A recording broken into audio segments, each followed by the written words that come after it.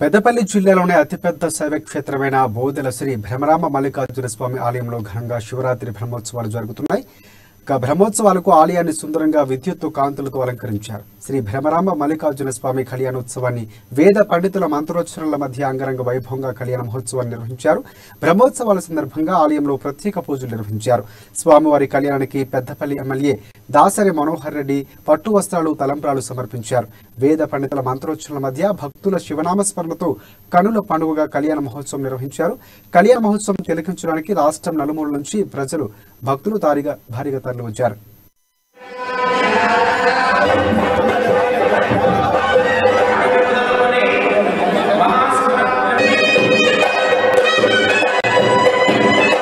మన బోదెల క్షేత్రంలో వెలిసినటువంటి శ్రీ భ్రమరామ మల్లికార్జున మహాస్వామి వారి దివ్య సన్నిధానంలో మహాశివరాత్రి ఉత్సవాలు పురస్కరించుకొని ఈరోజు శ్రీ భ్రమరామ మల్లికార్జున మహాస్వామి వారి దివ్య కళ్యాణము అత్యంత వేగంగా నిర్వహించడం జరిగింది.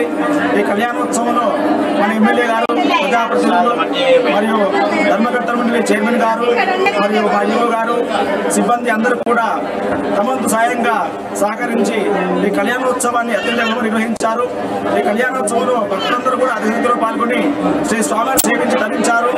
అదేవిధంగా రేపు సాయంకాలము గ్రామోత్సవం ఉంటుంది.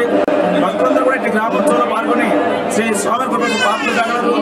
మరియు మహాశివరాత్రి సందర్భంగా శనివారం రోజు మహాశివరాత్రి, మహాశివరాత్రి, శని త్రయోదశి 3 కలిసి ఉంటుంది కనుక ఎవరైతే శ్రీ స్వామిని సేవిస్తారో